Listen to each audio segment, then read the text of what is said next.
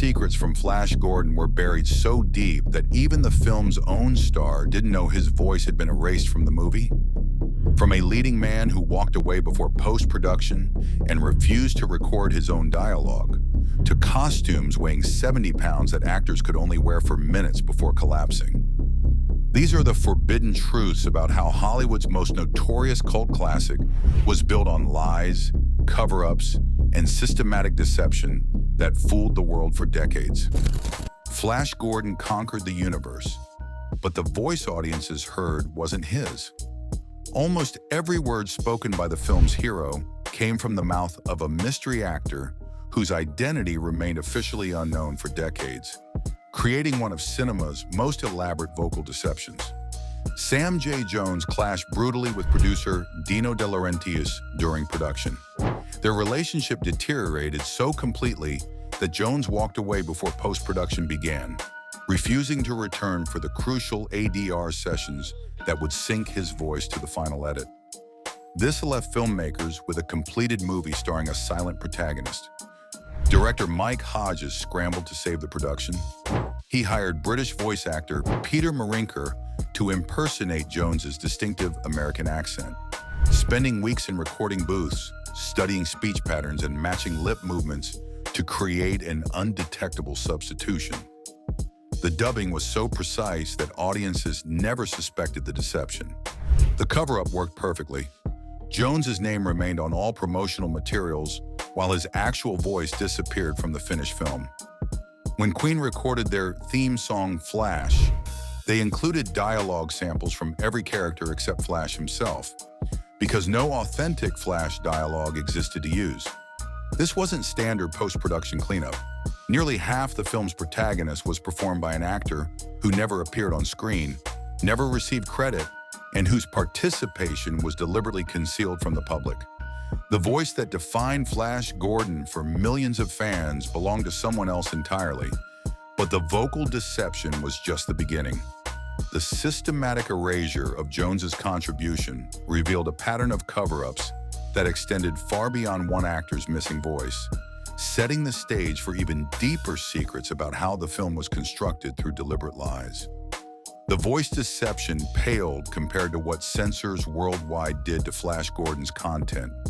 International ratings boards didn't just edit the film, they systematically destroyed entire sequences, creating fundamentally different movies for different territories, while hiding the extent of their alterations from audiences.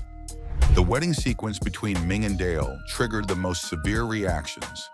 Ireland's censorship board flagged Ming's aggressive behavior toward Dale as crossing acceptable boundaries even within a space opera context. Singapore went further, identifying occult imagery throughout the film that violated their strict supernatural content restrictions. Southeast Asian territories banned Flash Gordon entirely after censors determined that Ming's ritualistic costumes, shadowy palace sequences, and authoritarian rule resembled depictions of black magic too closely for public consumption.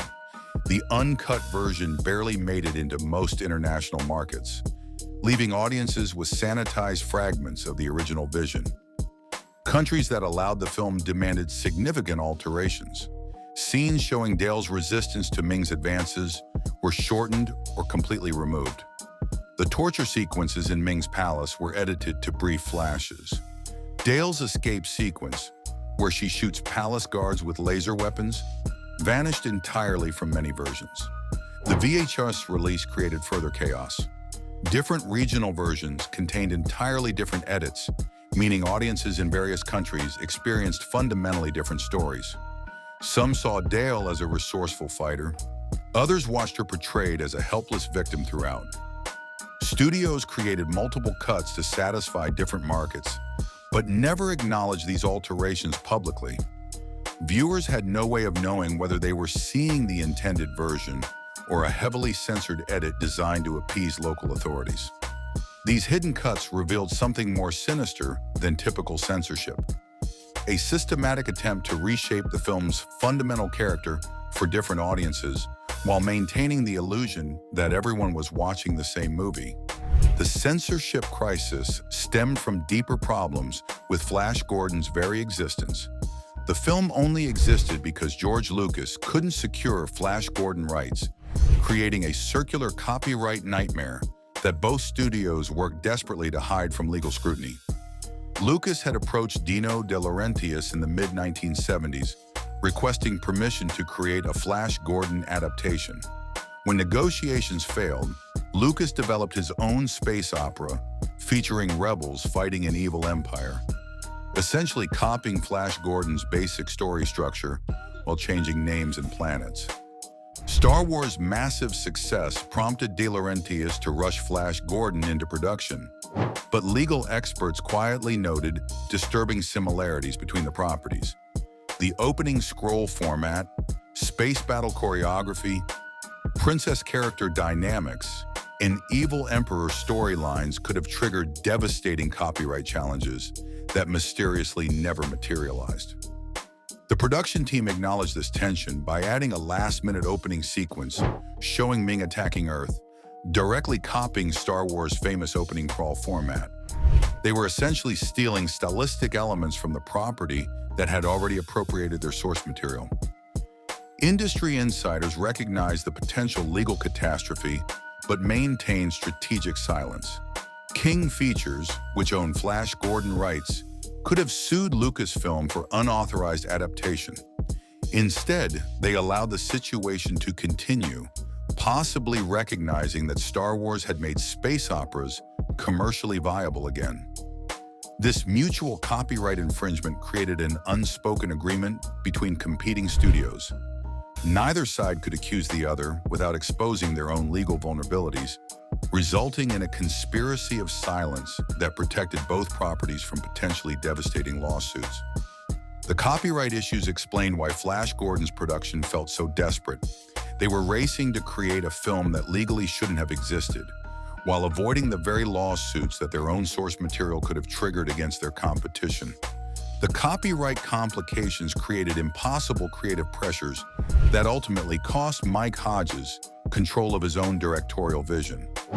By post-production, Hodges was systematically excluded from decision-making as the film was reworked completely without his input, transforming his intended sophisticated satire into commercial chaos.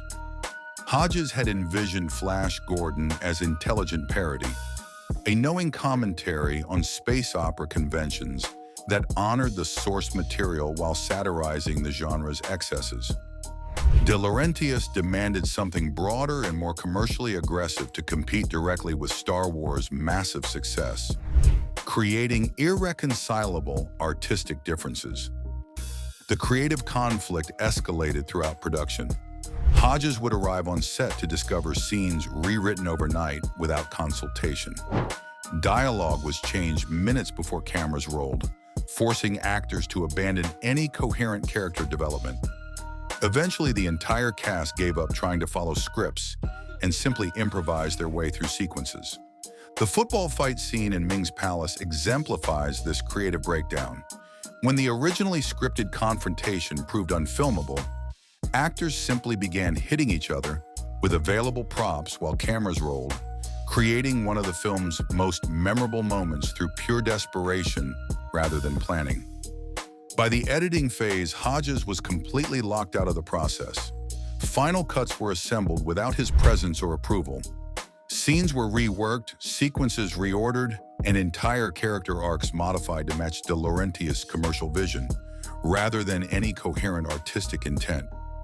Years later, Hodges publicly stated that the finished film represented only a fraction of his intended creation. The movie audiences eventually celebrated as a cult classic was actually the result of a director being systematically removed from his own project. This directorial exile revealed how the film's chaotic energy wasn't intentional camp, but rather the natural result of creative collapse, preparing the ground for even more spectacular production failures that were carefully hidden from public view. Hodges' removal from creative control exposed the production's most dangerous secret. The elaborate costumes that looked spectacular on screen were literally disintegrating during filming, creating safety hazards that threatened the entire production while forcing increasingly desperate cover-up measures. Designer Danilo Donati created visually stunning outfits that proved completely impractical for actual filming requirements.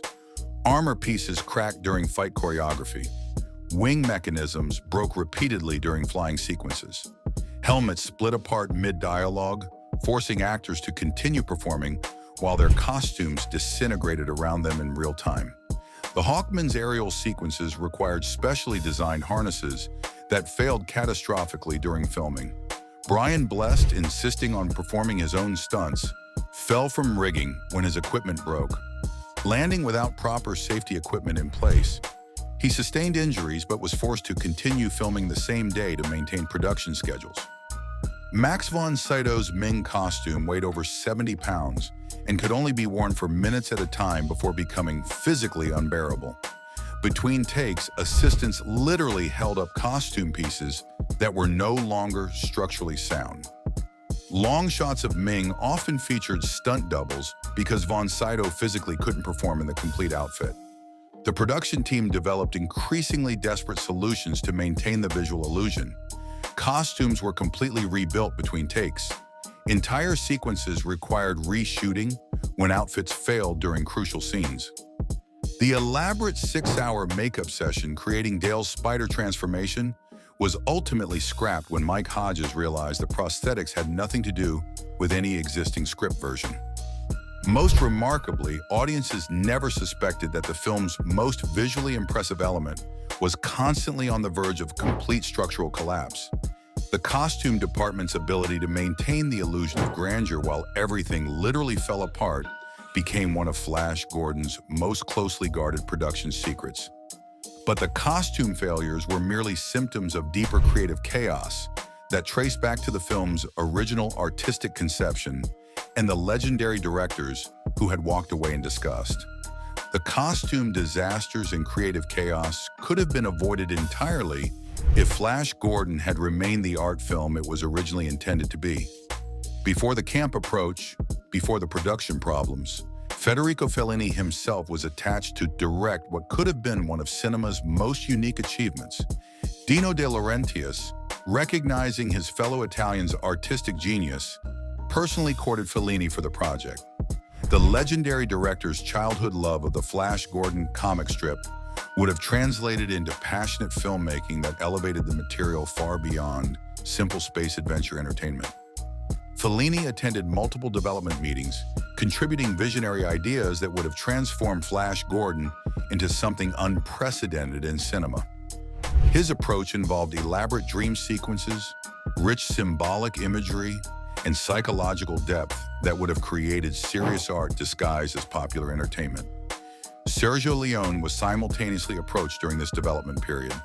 The legendary Western director read early script treatments but rejected the project when it became clear that studios prioritized campy commercial appeal over serious artistic exploration. Neither European master was willing to compromise their established artistic vision for Hollywood's commercial demands. Fellini's departure marked the exact moment when Flash Gordon transformed from potential masterpiece to commercial product. His exit triggered a cascade of creative compromises that ultimately produced the chaotic production audiences eventually witnessed, trading artistic brilliance for box office calculations. The Fellini version would have featured extended sequences exploring Ming's complex psychology, Dale's inner strength, and Flash's heroic transformation through surreal, deeply symbolic imagery. Instead, audiences received improvised fight scenes and costume failures held together by duct tape and desperation. Industry insiders recognized they had witnessed something tragic: the systematic destruction of what could have been cinema history, sacrificed for the pursuit of Star Wars-level commercial success that never materialized anyway. The loss of Fellini's vision explained why every subsequent creative decision felt compromised, leading directly to the musical controversies that would plague the production's most celebrated element. Fellini's departure left a creative vacuum that even Queen's legendary soundtrack couldn't fill honestly. The band's iconic Flash Gordon score contains extensive musical plagiarism that was never officially acknowledged, creating legal vulnerabilities that industry lawyers worked overtime to suppress. Brian May's guitar arrangements throughout the score borrowed heavily from Wagner's Ride of the Valkyries and other classical compositions that were assumed to be public domain. However, specific orchestrations and instrumental elements were lifted directly from copyrighted modern recordings without permission from the contemporary arrangers who had created those versions. The film's opening fanfare closely mirrors John Williams's Superman theme, which had premiered just 2 years earlier.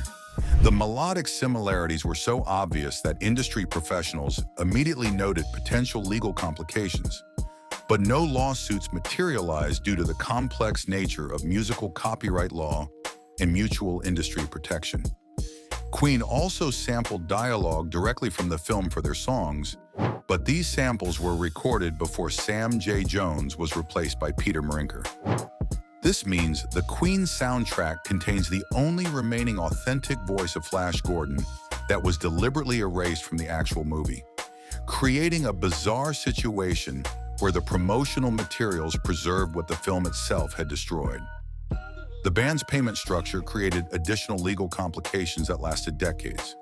They retained independent rights to their songs while the studio owned the film, leading to ongoing licensing disputes over which entity could authorize use of the music in promotional materials and merchandise.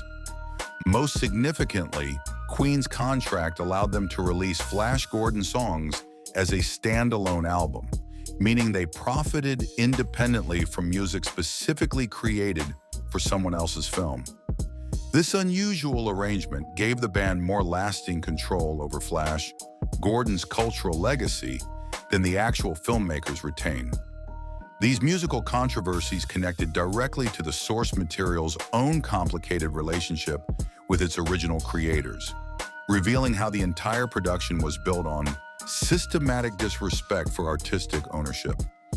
The musical theft reflected a deeper pattern of creative disrespect that reached its climax when Al Williamson, the legendary comic strip artist who had defined Flash Gordon's visual style for decades, was hired to illustrate the film's comic book adaptation and experienced a betrayal so profound he never spoke about it publicly again.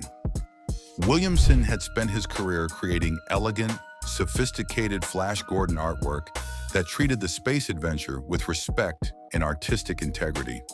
The film's aggressively campy tone and sexual innuendos represented everything he opposed about modern entertainment's treatment of classic properties and beloved characters. The comic book adaptation assignment subjected Williamson to constant script changes that reflected the film's ongoing production chaos. Scenes he carefully illustrated were cut from the movie, while sequences that appeared in the final cut never existed in any script version he received, forcing him to create artwork for a story that didn't exist. Williamson's detailed illustrations were systematically altered by editorial committees who demanded that the comic book match the film's tone rather than respect his artistic vision. His serious, respectful artwork was modified to include comedic elements and situations that violated his fundamental artistic principles and professional standards. The veteran illustrator attempted to withdraw from the project multiple times, but remained contractually obligated to complete work that he found increasingly objectionable. His final comic book pages represent some of the most reluctant professional artwork ever created, technically perfect, but emotionally detached from material he fundamentally disagreed with. Williamson's silent protest became legendary within the comics industry. His refusal to discuss Flash Gordon publicly was interpreted as the ultimate artistic condemnation, more powerful than any negative review could have been, and more damning than any lawsuit could have achieved.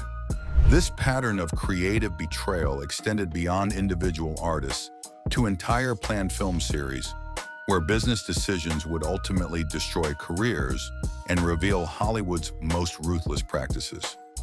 Williamson's silent condemnation proved prophetic when Flash Gordon's planned trilogy collapsed spectacularly, destroying multiple careers while revealing the entertainment industry's most ruthless business practices and completing the circle of creative destruction that had begun with Fellini's departure. The entire main cast had been contractually obligated for multiple films, with agents and managers making career decisions based on expected sequel work that would never materialize.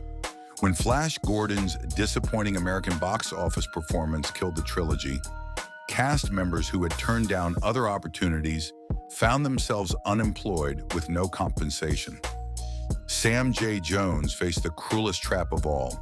His disputes with Dino De Laurentiis made returning as Flash Gordon impossible, but his contract prevented him from seeking other comparable roles. The producer refused to release Jones while simultaneously making clear he would never work with the actor again, creating legal limbo that effectively ended a promising career.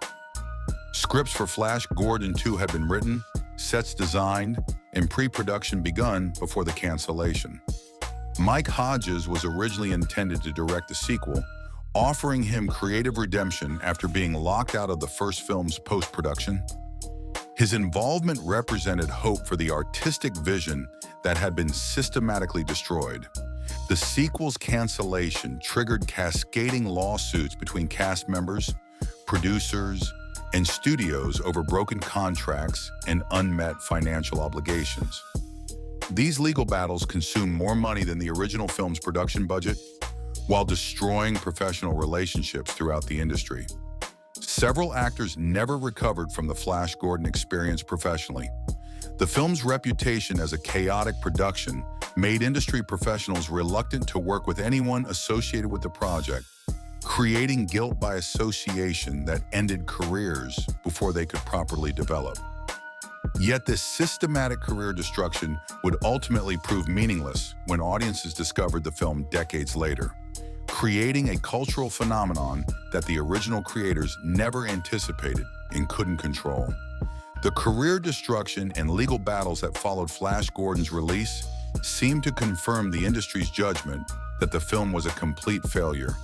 But audiences had different ideas, creating a grassroots cultural phenomenon that transformed creative disaster into accidental triumph, while revealing Hollywood's fundamental misunderstanding of its own product.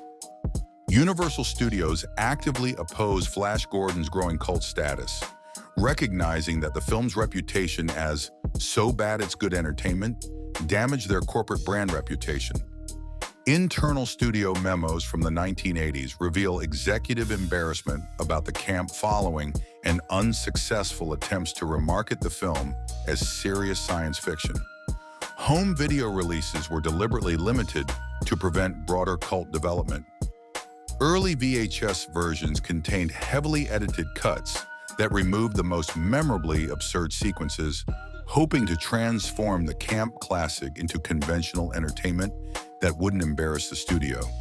The rise of midnight movie screenings created a Flash Gordon revival that studios couldn't control or suppress. Fans organized independent screenings, created elaborate costumes, and developed interactive viewing experiences that transformed the film into participatory theater completely separate from official distribution channels.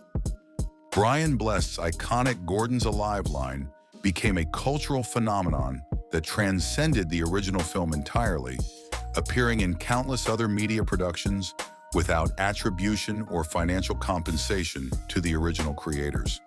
The phrase entered common language while its cinematic origins were gradually forgotten by newer generations. Universal's attempts to capitalize on the unexpected cult status consistently backfired spectacularly. Special edition releases, commentary tracks, and promotional campaigns that acknowledged the film's camp reputation only emphasized the enormous gap between the intended serious space opera and the actual chaotic production. The film's enduring popularity represents the ultimate victory of audience interpretation over studio intention and creative vision. Flash Gordon succeeded specifically because it failed so completely, creating an accidental masterpiece of unintentional comedy that its creators never intended, never understood, and never properly controlled, proving that sometimes the forbidden secrets make better entertainment than the official story ever could. Anyway, that's it for this video, folks. Bye.